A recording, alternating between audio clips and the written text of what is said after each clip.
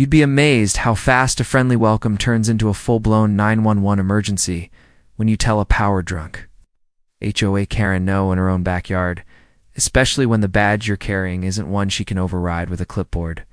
Or community rules. And what started as me inspecting a potential lakeside property for a private security detail ended with flashing lights, screaming woman, and my credentials silencing a neighborhood that didn't realize they had just triggered a federal response. If you think HOA horror stories are bad, wait until you hear what happened when I told one self-appointed neighborhood queen, "I wasn't planning to move in. This one goes way deeper than barking dogs and mailbox paint colors." Before I go further, make sure you hit that subscribe button and follow Sham Stories so you don't miss how this wild HOA drama explodes, because trust me, it only gets more intense from here. It all started on a quiet Thursday morning in a lakeside community called Silver Shoals, a supposedly peaceful HOA-run neighborhood tucked about an hour outside the city. I was there on assignment, low profile, unannounced, and wearing civilian clothes to avoid raising questions. My job? Evaluate a recently listed lakeside home that a federal witness under protection was considering renting. I've been in law enforcement for 14 years and have spent the last 5 working special assignments, most of which involve identifying safe and secure locations for people who don't want to be found. So this wasn't a house hunting trip, it was a professional threat assessment, and it should have taken me 2 hours, tops. When I arrived at the property, a cozy 3-bedroom with a private dock and heavy tree cover, I parked my rental car at the edge of the cul-de-sac, clipboard in hand, taking photos of sightlines, entry points, neighbor proximity, and emergency access routes. I had barely taken my 5th photo when I noticed her, a short woman in her early 60s. Blonde bob, sunglasses, and a hot pink tracksuit, walking toward me with that unmistakable HOA energy. She didn't introduce herself. She didn't ask my name. She didn't even smile. "You don't belong here," she barked, as if that were enough to make me disappear. I calmly responded, "I'm evaluating this property for a potential client," and tried to resume my work. She stepped closer, lowering her sunglasses dramatically. "At home is pending review by our HOA. No buyers allowed, on site without approval." I nodded politely and replied, "I'm not a buyer." That's when her expression twisted. "Are you a tenant?" "We don't allow renters here without board interviews." I repeated that I wasn't moving in, and before I could explain the nature of my visit, she cut me off, pulled out her phone, and started dialing. "You have 5 seconds to leave before I call the police," she shouted loud enough for neighbors to peek through their windows. I stood still, gave her a measured look, and said firmly, "You're making a mistake." That only made her louder. "This is a private community. No one comes in here unapproved." I should have left right then, honestly. Not because I was afraid, because I knew how these types of situations spiral. But I had a job to do, and walking away would have meant writing up an incomplete threat report. She kept yelling into her phone, describing me as a trespasser, taking pictures of homes, and acting suspicious. And I knew exactly how the local 911 dispatcher would respond to that phrasing. 2 patrol units arrived 10 minutes later, sirens off, slow rolled down the street, while she pointed at me like I was an armed fugitive. The officers got out, clearly unsure why they were there, and I immediately presented my federal ID and badge. Their demeanor shifted instantly. The older of the 2 nodded and asked if I needed backup. "Not yet," I said. "But you might want to take her statement before she files a false report." The woman, Karen, as it turned out, was standing there, frozen eyes locked on my badge, as if it had personally insulted her. "You're FBI," she stammered. I didn't answer. I didn't need to. The agents know when it's time to stay quiet and let the badge do the talking. One of the officers walked her away to get her version of events, but she didn't have much to say after that. I stayed on site for another hour, finished my assessment, was getting ready to leave when one of the officers pulled me aside. "She's not just your typical HOA president," he said. "Her name's Karen Dodd. She's filed over 80 code enforcement complaints in the past year. Most of them suspiciously targeted." That set off a mental red flag. Targeted complaints? Frequent law enforcement contact? I decided to look deeper. Back at my office, I ran a deeper search into Karen Dodd and Silver Shoals HOA. What I found was jaw-dropping. The HOA had fined over a dozen homeowners in the past 24 months, fines ranging from $250 to $5,000 for infractions like using unapproved garden gnomes or parking within 4 inches of the curb. And in every case, shortly after the fine, an anonymous LLC would submit a lowball cash offer to buy the home. The LLC's name? Lakeside Renewal Management? I traced the paperwork and discovered Karen Dodd's signature on 2 of the transfer documents. Now, I wasn't just dealing with an overzealous Karen. I was looking at an orchestrated intimidation 2 acquisition pipeline disguised as HOA enforcement. I shared my findings with a contact in our regional real estate crimes division. They'd already been monitoring similar cases in 3 other lakefront communities across the state. Patterns were nearly identical: abuse of HOA authority, fraudulent 911 calls, suspicious property acquisitions, and residents being driven out through harassment. What had started as a threat assessment for a federal witness had just uncovered the next layer of a growing scheme. The next morning, I returned to Silver Shoals not as a property scout, but as part of an active investigation. I was dressed, in plain clothes again, but this time I wasn't alone. A second agent accompanied me, and we had body cams rolling. Karen wasn't outside when we arrived, but 2 other board members were walking a dog near the lake. We casually engaged them in conversation, dropping subtle questions about HOA operations, rule enforcement, and property disputes. One of them mentioned offhand that we've had a lot of turnover lately, and that Karen's done a great job convincing people to sell before they're in too deep with violations. My partner and I exchanged a quick glance that was more than enough for probable cause to pull further records. What we didn't expect was what happened that evening. At 9:47 p.m., my personal vehicle parked outside a safe house unit was egged and scratched down both sides. A security camera caught the act. 2 teenagers in hoodies running off. But in the background, barely visible under a street lamp, was a third person watching from a distance. Female, medium build, pink jacket. We flagged it for further analysis. Karen's escalation meant she wasn't afraid to retaliate, which meant she had something to hide. We fast-tracked a subpoena for her phone records and HOA communications. That's when we found the email that changed everything, sent from Karen's personal email to a private lawyer. It read, "If they connect Lakeside Renewal to the board, we're all exposed. Get me out of this." Game on. The email was the crack in the dam we needed, and once we had it, the rest of Karen Dodd's carefully polished empire started to crumble with astonishing speed, exposing a trail of coercion, intimidation, and financial manipulation that spanned not just Silver Shoals, but at least 3 other HOI-governed communities around the lake. Each one with eerily similar complaint patterns, rapid turnover, and quiet buyouts linked back to the same shell company, Lakeside Renewal Management.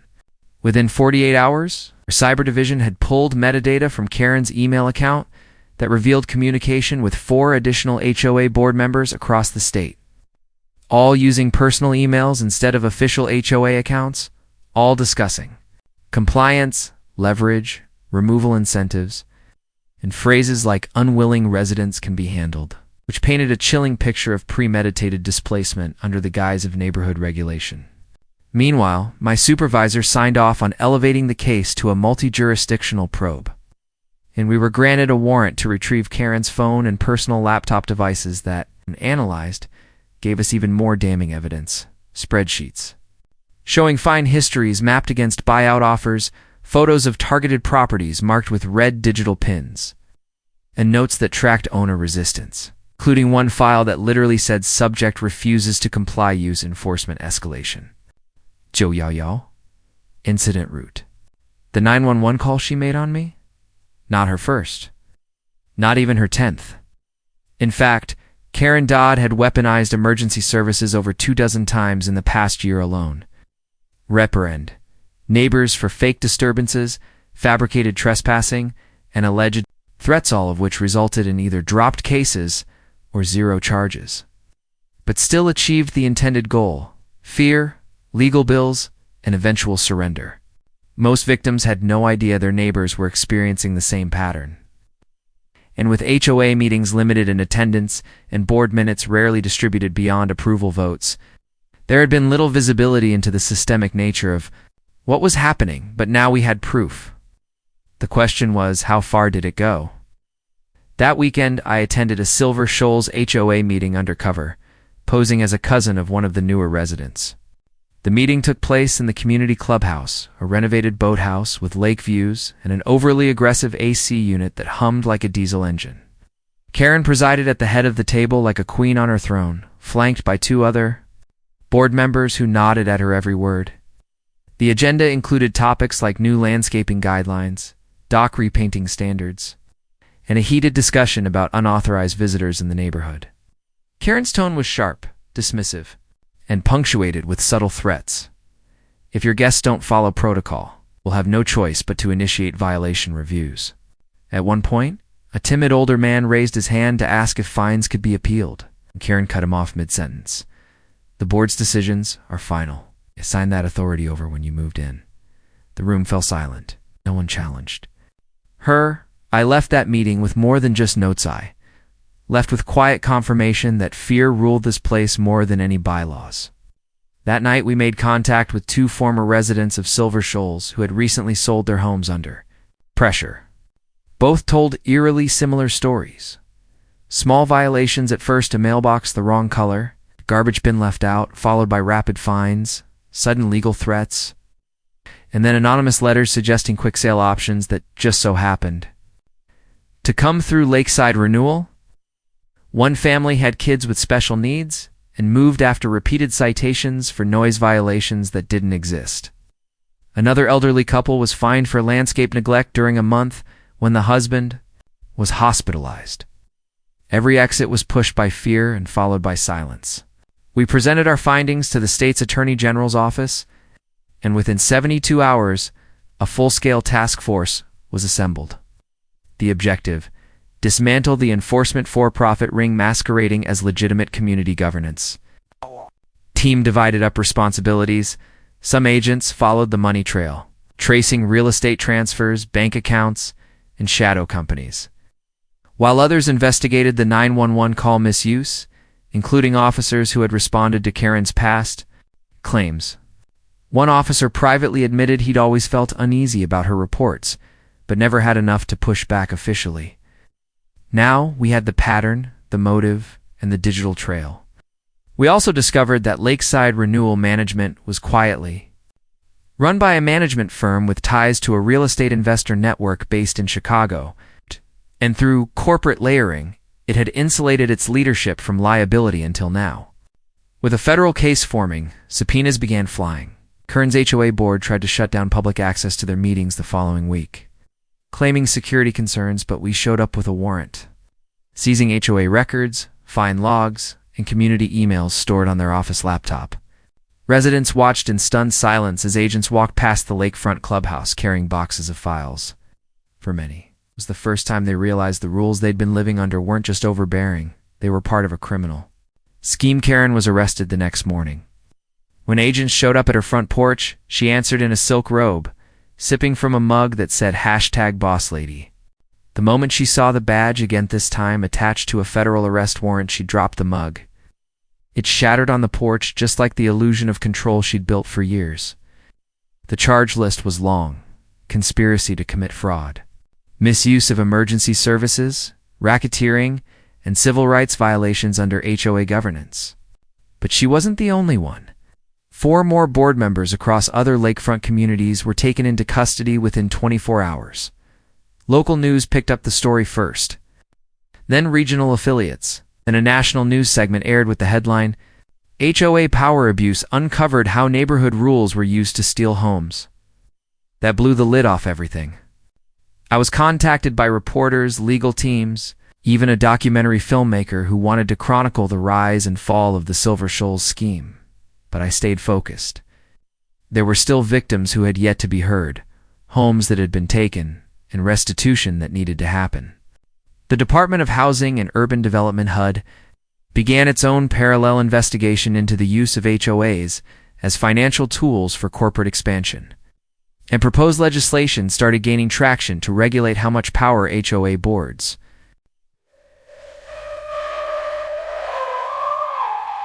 could legally wield. The Silver Shoals case became the centerpiece of the reform debate. But the most gratifying moment came when I was invited back to the neighborhood, not as an agent, not undercover, but as a guest. The residents, now in control of their own board after a full leadership overhaul, wanted to thank the investigation team. I arrived on a quiet Sunday morning to a different energy entirely. Kids were playing outside.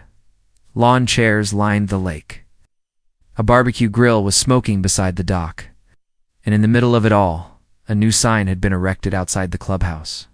No longer did it bear the old Silver Shoals logo. Instead, it simply read, "Community first, resident led, resident proud." As I stood there, taking it all in, one of the former victims approached me, a single mother who'd nearly lost her home to bogus fines. She hugged me without a word, tears in her eyes. That was the moment I realized this had never just been about Karen or fake 911 calls or even property rights. It had always been about power and who gets to hold it. When someone misuses authority, especially in the place people are supposed to feel safest, their home, it shakes the ground beneath everything. But when people fight back, when truth beats manipulation, when fear gives way to action, that's when real change happens. And this story, as wild as it's already been, was far from over. The thing about taking down someone like Karen Dodd is that it doesn't just end when the handcuffs click shut. What follows is a slow unraveling of everything they've built. And sometimes that means uncovering roots that go deeper than you. Ever expected roots tangled through money, politics, and even law enforcement connections that make you realize the corruption wasn't just in one HOA, but in the way HOAs were allowed to operate unchecked for years. After Karen's arrest and the takedown of the other board members involved in similar schemes, we thought we had cracked the core of the operation. But 2 weeks into processing evidence from Karen's devices, our forensic team found a string of encrypted messages that led us to a private server not owned by her HOA or Lakeside Renewal Management. This server contained a digital ledger with dates, code names, payout records, and an internal term repeated over and over again: transition targets. It didn't take long to realize that these weren't just homes, they were entire neighborhoods. Karen and her network hadn't been operating independently. They were part of a broader agenda to identify older lakefront communities with high land value and aging populations. Communities more likely to be vulnerable to legal pressure and property turnover, and then systematically convert those communities into investment opportunities disguised as residential beautification projects. The list included 12 neighborhoods in total. 6 had already been transitioned, and 3 were in progress. Silver Shoals had been number 4. This meant we had potentially dozens more board members, shell companies, attorneys, and even local officials who may have been aware or worse involved. My team expanded our investigation, and I was assigned lead liaison with HUD and DOJ because of my ground involvement. That meant hours of depositions, strategy meetings, and witness interviews that gradually built a legal net wide, enough to catch people who'd spent years thinking they were too clever to be exposed. But the legal side was only half the battle. The emotional toll these operations had taken on victims was immense. Many former homeowners had no idea their evictions or pressured sales had been part of a coordinated strategy. They thought they just had bad luck or a run-in with a difficult neighbor. So we began outreach. Letters, phone calls, meetings. One by one, people came forward, and their stories were heartbreaking. A man who lost the home his father built because he planted the wrong species of tree. A couple forced to move into assisted living early after a storm-damaged fence triggered thousands in violation fees. A war veteran fined for flying a flag without a permit and then evicted after. A lien was placed on his home. These were not isolated incidents. They were coordinated attacks on dignity, safety, and stability. As restitution cases began forming, the DOJ proposed a landmark settlement structure. Those who were wrongfully fined, evicted, or forced to sell under duress would be eligible for compensation equal to lost equity, legal expenses, and emotional damages. Karen's frozen assets were only the beginning. Once we unwrapped the layers of shell companies, we found millions in hidden accounts. investment portfolios tied to flipped properties, and bonuses paid out to HOA board members labeled as compliance dividends. One name that kept appearing was Thomas Greeley, a real estate consultant who had served on the advisory board for Lakeside Renewal. He had never set foot in Silver Shoals, but his fingerprints were all over the acquisition strategy. When questioned, he denied involvement until we presented chat logs between him and Karen. In them, he advised her to accelerate code enforcement and soften up owners with minor fines before pushing sale options. His arrest came quietly at a golf club in Naples, Florida, where he had just purchased a $2 million condo. But his detainment gave us leverage, and in exchange for a reduced sentence, he turned over internal memos that exposed not just Karen's group, but a nationwide pattern. We were no longer looking at one HOA drama gone wrong. We were unraveling a national network of predatory property flipping powered by corrupt HOAs acting as legal front lines. Meanwhile, back at Silver Shoals, life was starting to return to something resembling normal. A new board had been elected, composed of longtime residents with no financial ties to outside companies. Transparency rules were implemented. Fines were suspended pending legal review. Community meetings were recorded and posted publicly. It was a revolution on a small scale, but it meant everything to those who had lived under fear. One resident told me, with tears in her eyes, "For the first time in 10 years, I feel like my home is really mine again." That hit harder than any case file ever could, but we weren't done. One evening, while reviewing transcripts from Karen's seized phone, I noticed a name that hadn't shown up before: Amelia Stroud. She had only one message exchange with Karen, dated 8 months before the takedown. It read, "Silver Shoals, nearly ready." Stroud has Lakewood East queued up.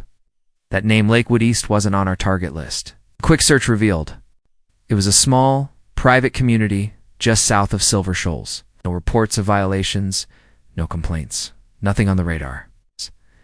But when we looked deeper, we discovered the HOA had changed leadership 8 months ago, and the new president, Amelia Stroud.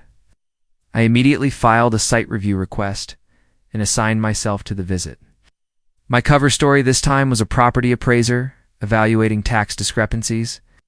As I drove into Lakewood East, I got a déjà vu sensation: quiet streets, strict signage, overly manicured lawns, and an undercurrent of something false. The welcome sign was freshly painted. The neighborhood map had just 3 listed board members.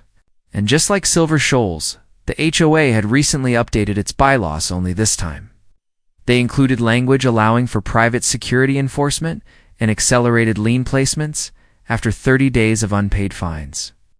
I parked near the clubhouse and approached a resident gardening in her yard. She was polite, friendly, but when I asked about the HOA, she stiffened. "We've been told not to talk to outsiders," she said softly, almost apologetically. "They monitor our emails." That was all I needed to know. I called him back up and scheduled a formal inspection under joint federal authority. Within days, we found more.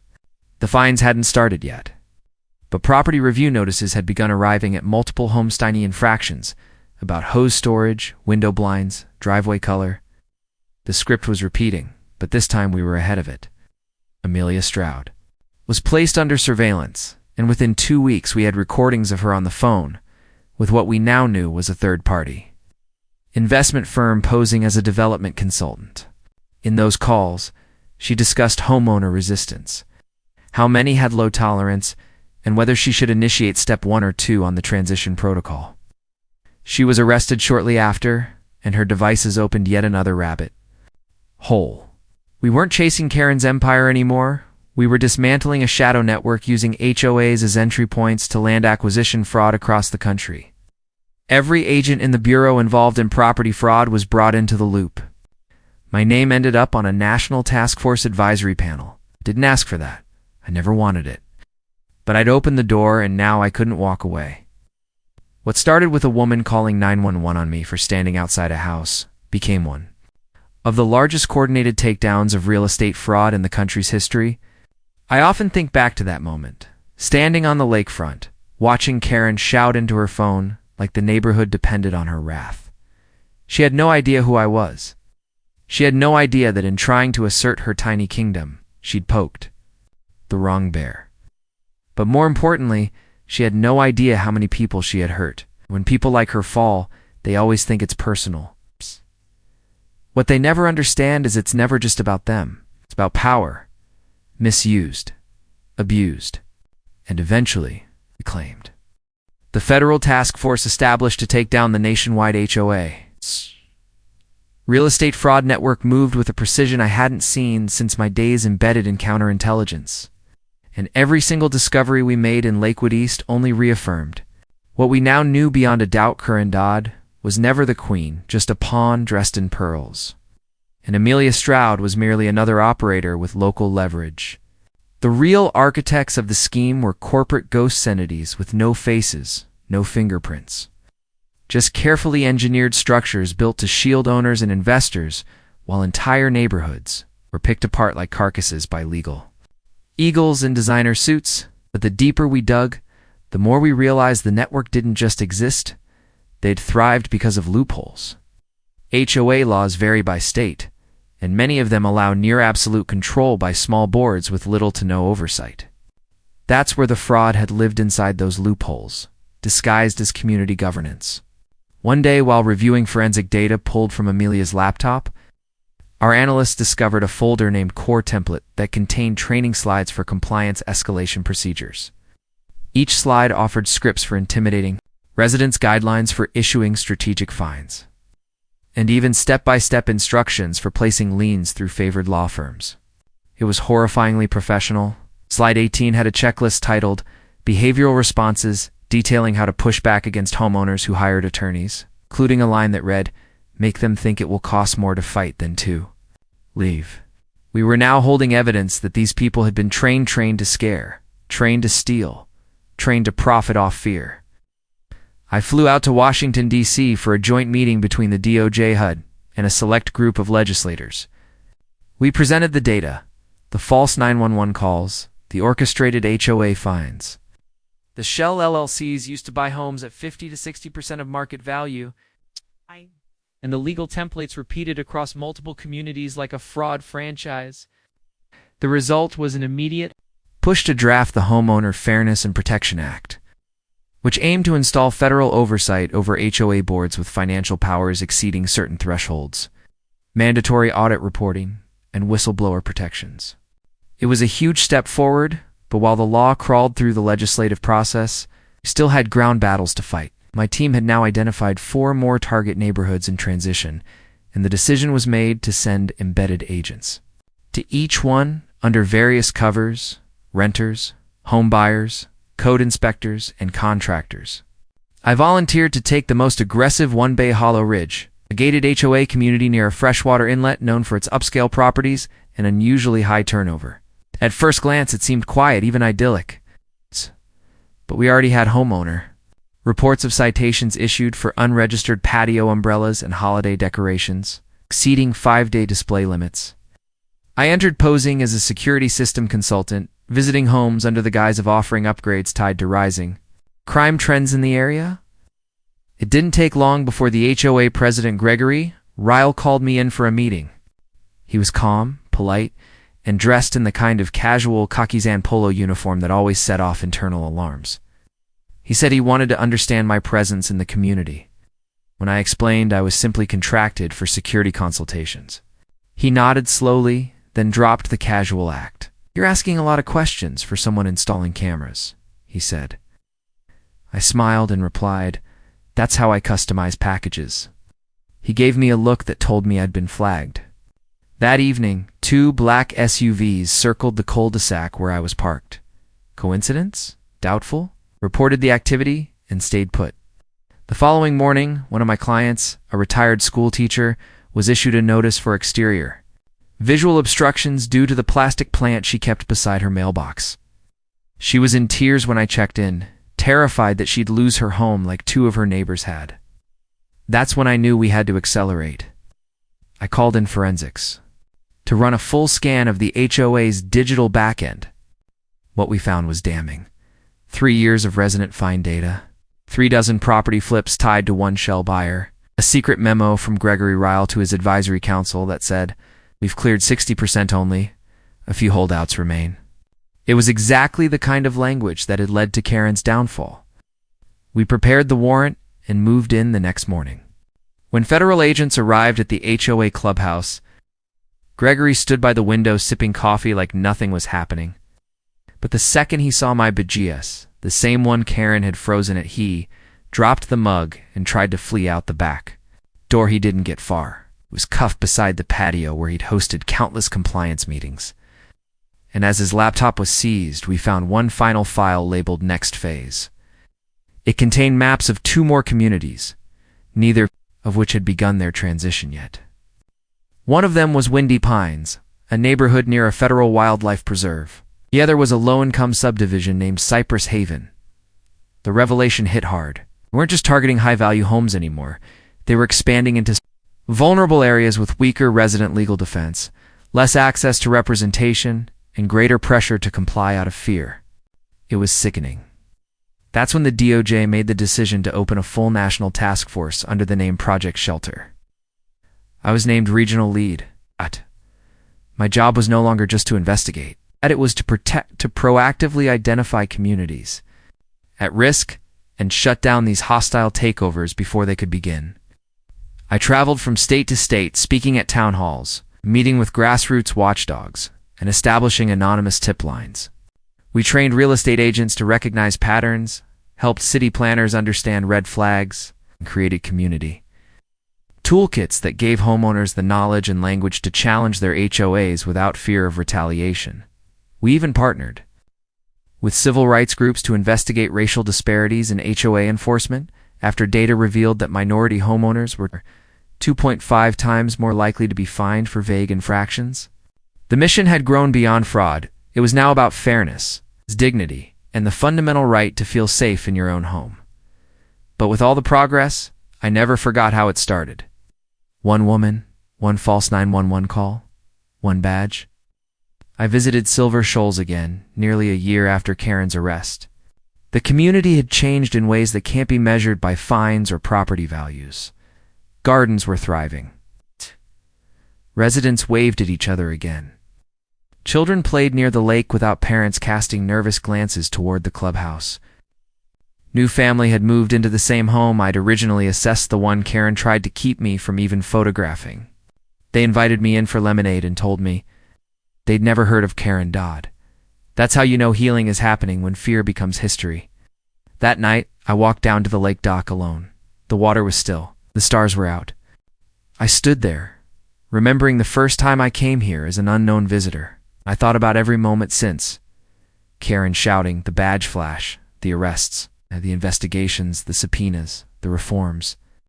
All of it began with someone believing she could control a neighborhood with threats and phone calls. What she didn't expect was that the person she called on was the one person who could tear down her entire empire. And I wasn't done yet. Because until every homeowner in every neighborhood feels safe from manipulation, harassment, and hidden agendas, I'm not done. But the predators were learning too, adapting in real time, studying our legal patterns, anticipating the next wave of enforcement. Just as the national spotlight exposed the truth to the public, it also warned those operating in the shadows to evolve.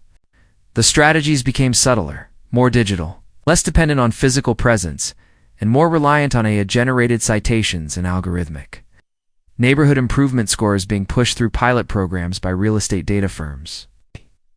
New tools weren't issued by traditional HOAs anymore. They were rolled out as tech partnerships between municipalities and investment-backed civic automation companies. At first, it sounded promising: automated maintenance alerts, smart neighborhood reporting, but when we looked closer, we found these systems disproportionately flagged homes with older structures, larger families, or varied aesthetics, which just happened to align with homes not yet flipped. The software was being weaponized to create justification for code enforcement visits, liens, and compliance opportunities, which were then marketed to investors. The playbook had been digitized. I sat across from our cyber investigations lead, watching as they decrypted the back end of a flagship app called Neighbornet. smart surveillance tool used in several pilot cities. The system had a hidden admin dashboard not disclosed in the public version.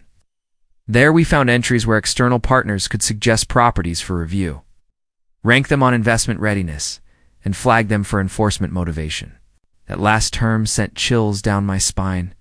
This was no longer just HOAs using their bylaws to abuse power. This was institutionalized. Outsourced gentrification disguised as technology. I flew to Sacramento, where one of the pilot programs had just quietly rolled out. I posed as a consultant, evaluating the city's digital modernization efforts. At City Hall, a young tech liaison enthusiastically showed me how Nibonet was revolutionizing civic pride. But when I asked how homes were selected for visual inspection alerts, she hesitated. "It's all algorithmic," she said. "We don't influence it." Yet when I asked who trains the algorithm, her expression faltered. "We just use the baseline model from the vendor. Horizon Data Systems." My stomach dropped. Horizon was back, this time rebranded as a civic tech firm, no longer targeting HOAs directly, but integrating their philosophy of control into public policy. The same Charles Vernon whose empire we shattered was now operating through venture capital intermediaries in the civic tech space. Different name, same agenda. The DOJ expanded our mandate. Now, we weren't just looking at HOA corruption. We were targeting the privatization of code enforcement via technology. My team created a heat map of cities using Nibonet or similar apps, and immediately we saw clusters of unusual enforcement activity in lower-income or culturally diverse neighborhoods. In one instance, a homeowner in Tulsa received 32 automated citations in a single month, despite no physical inspector ever visiting his property. When challenged, the city claimed it was data-driven improvement strategy, but the citations led to escalating fines and ultimately a forced auction when the homeowner couldn't pay. That auction, by coincidence, was won by a private buyer affiliated with the app's parent company. We subpoenaed the codebase, and what we found was damning. Hidden scripts deprioritized homes with recent investment permits and flagged those without improvements for visual noncompliance potential. Subjective category that allowed automated targeting based on factors like roof discoloration, faded paint, or even front lawn objects. Worse, the system lacked any human review, so once flagged, a property remained marked until compliance behavior was recorded, usually meaning a permit filed or sale initiated. Cities were profiting from the fines, investors were profiting from the flips, and homeowners were being algorithmically pushed out. We confronted Horizon Data Systems' new CEO, a man named Leonard Priest. During a closed-door congressional technology briefing, he claimed their system merely optimized urban renewal efforts. And when asked about flagging biases, he deflected to AI training sets. But when we showed him screenshots of their internal flagging dashboard and a memo titled Rapid Conversion Potential Metrics, he knew the game was over. A month later, the system was suspended nationwide. Lawsuits erupted. Cities denied knowledge. Vendors blamed third-party developers. But the truth was out, even as Karen Dodd sat in federal prison for her part in starting the fire. The embers had been spread far and wide by men in suits and engineers behind screens. I flew back to Silver Shoals after that, not for an investigation, but for closure. The lake was quiet. The homes now freshly painted, not out of HOA pressure, but by pride. The board met every third Saturday in the open, live-streamed with transparent budgets, and the new HOA president was the same neighbor who once brought lemonade during the worst of the old days. As I stood at the edge of the water, I thought about Marcus, the homeowner whose refusal to sell was the trigger that exposed Karen in the beginning. He'd since become a community advocate, helping other neighborhoods recognize the signs of predatory governance. His voice carried more weight than any badge because he lived it. I visited his porch and we sat in silence for a while, just watching the lake reflect the golden light of a setting sun. "I never thought all this would come from saying no to a woman with a clipboard," he said, shaking his head. "You never know how deep the rabbit hole goes," I replied. "Sometimes you just have to start digging."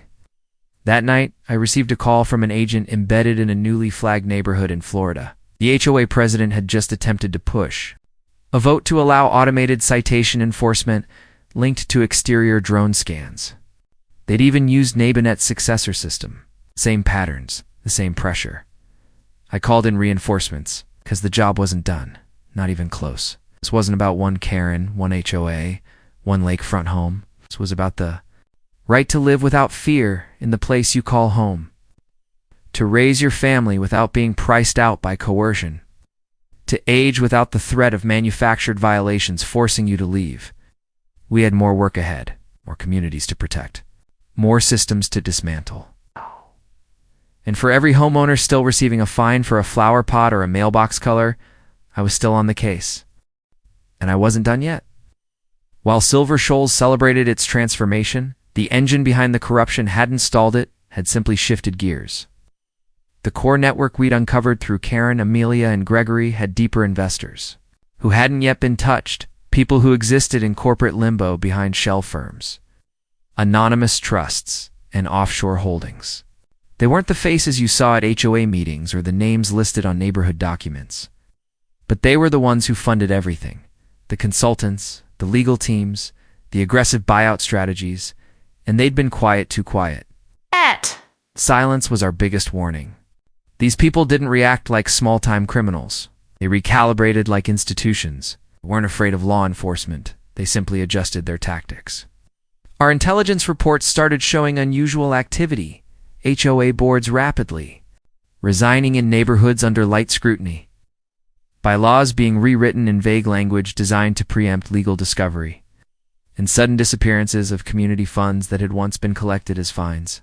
It became clear they were anticipating us. That meant they were preparing for their next evolution. We called a full task force summit in Chicago, where we analyzed the latest metadata from over 200 HOA websites and legal filings. One disturbing pattern emerged. A sudden uptick in consulting agreements between HOAs and a firm called Horizon Asset Integration. On paper, it was a property advisory firm helping communities modernize their policies for long-term sustainability. But the fine print told a different story. Hidden in the appendices of these contracts were clauses that gave Horizon backdoor authority to audit properties, recommend enforcement strategies, and most importantly, SHS liquidation strategies. For underperforming real estate, that's code. Code 4.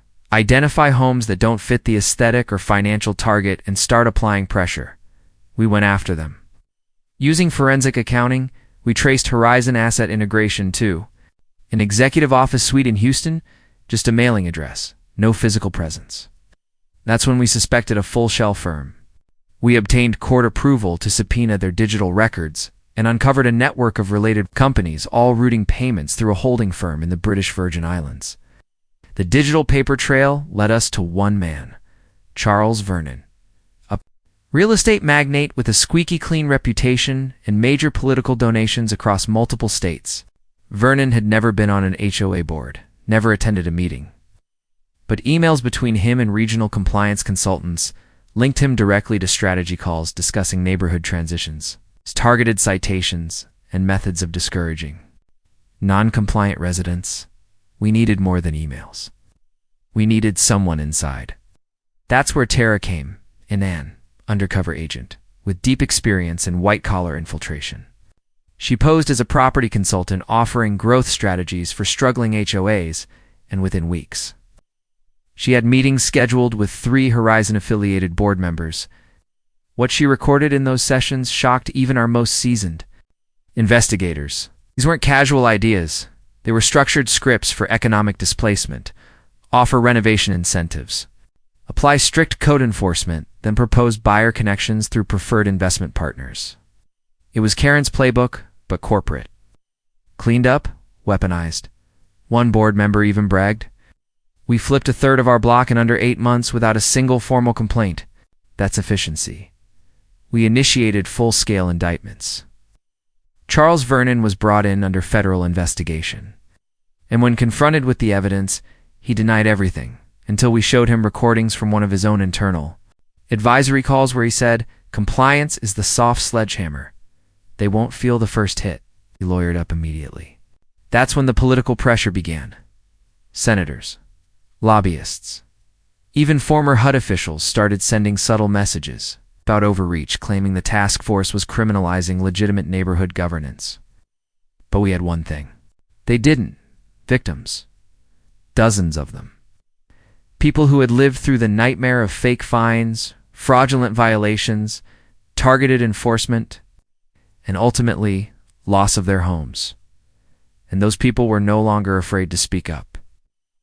A national forum where impacted homeowners shared their stories on livestream, and the footage went viral. Within 48 hours, media outlets across the country were picking up the scandal. Not as a niche HOA drama, but as a national crisis of property rights. Headlines screamed, "When neighborhood rules become weapons, and the hidden empire behind. HOA corruption." Suddenly, the narrative changed.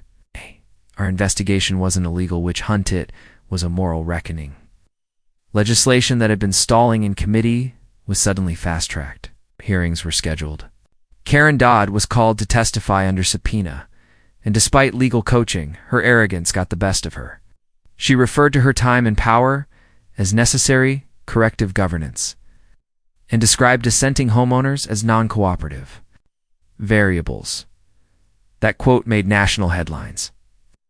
Even those who had previously dismissed HOA abuse as isolated incidents were now seeing it for what it was, a coordinated, multi-layered strategy to control, displace, and profit. Our final play came when we obtained access to Horizon's investor calls. Hidden behind layers of encryption and NDAs, these recordings revealed strategic plans to expand into rural communities next, where oversight was even weaker in homeowners, were often elderly or economically vulnerable. That was their next frontier. But we were already there. Using federal injunctions, we froze Horizon's accounts, seized its digital assets, and began reverse tracing property purchases linked to its funding. By the time Charles Vernon stood trial, his empire had lost over $80 million in liquid assets and was facing hundreds of civil suits. But money wasn't the only thing lost. His name, once respected in real estate circles, was now synonymous with coercion. I watched the verdict from the back of the courtroom as the judge read off the charges: conspiracy to commit property fraud, racketeering, intentional displacement, and civil rights violations. Guilty on all counts. As the courtroom emptied, a woman approached me quietly. She was in her 60s, wore a faded blouse, and carried a worn purse. "You don't know me?" she said. "But I lived in Cypress Haven. I lost my home. My husband died of stress, and I thought no one cared." She reached out and held my hand. "But you cared. You made it matter. Thank you." I swallowed hard, nodded, and walked away before my emotions broke through. Because for every win we'd secured, there were still stories like hers unfinished, unresolved. But what we'd started couldn't be stopped. Reforms were happening. Investigations were still spreading. More arrests were coming. And through it all, the badge that once froze Karen Dodd on her front lawn had now become a symbol to people across the country, of justice, of resistance, of standing up when the system turns predatory. I still carried it, not just on my chest, but in my purpose. It's because until every homeowner in every neighborhood feels safe from manipulation, harassment, and hidden agendas, I'm not done. More systems to dismantle. And for every homeowner still receiving a fine for a flower pot or a mailbox color, I was still on the case. That morning, as I stepped off the plane in Tallahassee to meet with our Florida team, my phone buzzed with a priority alert. The embedded agent we'd placed in the Lakeside Ridge HOA had just reported an emergency board meeting where the president, Josephine Beck, a former land acquisition consultant, was pushing a neighborhood integrity policy. That included mandatory compliance scoring via drone surveillance. They'd already contracted with a company called Urban Mesh, which we identified as another rebranded offshoot of Horizon's playbook. It wasn't just coincidence, it was a deliberate attempt to restart the cycle in a new name, a new town, with the same old predatory strategy. I drove straight to the HOA's administrative building, which, like so many others, was built to look more like a bank than a community center glass facade. Polished brass doors and security cameras positioned for intimidation. Inside, the boardroom was already full. Homeowners sat in tense silence while Josephine, poised in a tailored beige suit, spoke confidently about how these new initiatives would elevate community values and protect investment viability. I waited until public comments opened, then stepped forward, quietly showing my badge. "I'm Agent Knox with the Federal Task Force on Property Governance," I said. "And I'd like to ask you a few questions about urban mesh and your proposed compliance metrics." Her smile dropped like a shuttered store. She fumbled for her papers, stuttered something about legality and overreach. But she knew, just like Karen had known, just like Vernon had known, that the game was up the moment she saw the badge. We froze the contract that night. The board was placed under federal review. A month later, Josephine Beck was indicted for conspiracy to commit displacement fraud and falsifying compliance data. That success wasn't an isolated one. Our task force, once limited to investigating rogue HOAs, was now a permanent federal office under the Department of Housing with oversight authority, independent auditors, and a team of legal and forensic specialists operating nationwide. Our hotline received over 50,000 calls in its first 6 months. Whistleblowers came forward. Victims gained a voice. Neighborhoods that had once suffered in silence began to unite.